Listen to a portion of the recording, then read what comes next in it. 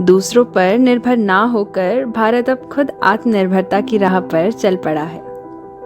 इन 75 सालों में हमने कई उपलब्धियां हासिल की हैं, परंतु अभी तो ये बस शुरुआत है। पंडित जवाहरलाल नेहरू के इस भाषण के साथ भारत ने एक नया सूर्योदय देखा, जिसकी कामना हर भारतीय बहुत वर्षों से कर रहा था।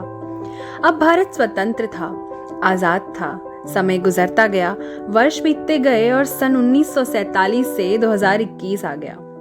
भारत ने इन 75 वर्षों में बहुत बदलाव देखे हैं और कई मुकाम हासिल किए हैं, जिन्हें देखकर हर भारतीय गौरवान्वित महसूस करता है। आजादी को 75 साल हो गए और आज भी भारत दुनिया का सबसे बड़ा लोकतांत्रिक देश है, जबकि कुछ पड़ोसी देशों में तो अभी भी मिलिट्री हुकूमत को देखा जा सकता है।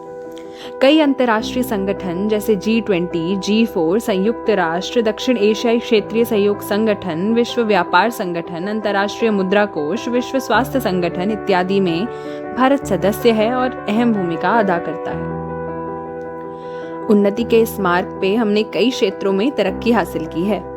साक्षरता दर 77.7% के साथ 1000 से भी ज्यादा विश्वविद्यालय और महाविद्यालय हैं, जिनमें भारतीय प्रौद्योगिकी संस्थान, अखिल भारतीय आयुर्विज्ञान संस्थान इत्यादि भी शामिल हैं। भारत में औसतन आयु 70 वर्ष हुई है और पोलियो जैसी बीमारी को इस देश से निकाल फेंका है। कोरोना के टीके का उत्पादन किया और कई देशों में तो निर्यात भी किया।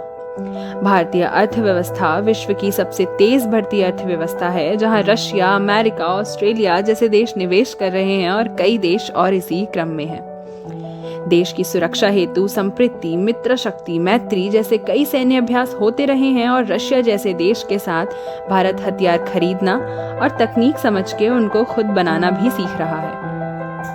अब तकनीक की बात करें तो भारत उन देशों में बेशुमार है जिन्होंने अंतरिक्ष में कई मिशन किए, जैसे मंगलयान, चंद्रयान और अब गगनयान की तैयारी में है। भारत की प्रगति में महिलाओं का भी एक महत्वपूर्ण योगदान है। उन्होंने ना ही खुद की स्थिति सुधारी, परंतु इस देश की भी। आज हम उन्हें हर क्षेत्र में देख सकते हैं, चाहे राजनीति में प्रतिनिधित्व करना या सर्वोच्च न्यायालय में न्यायाधीश के तौर पर नियुक्त होना या ओलंपिक खेल में पदक जीतना। वो आज पुरुषों के साथ हर क्षेत्र में कंधे से कंधा मिला के चल रही हैं।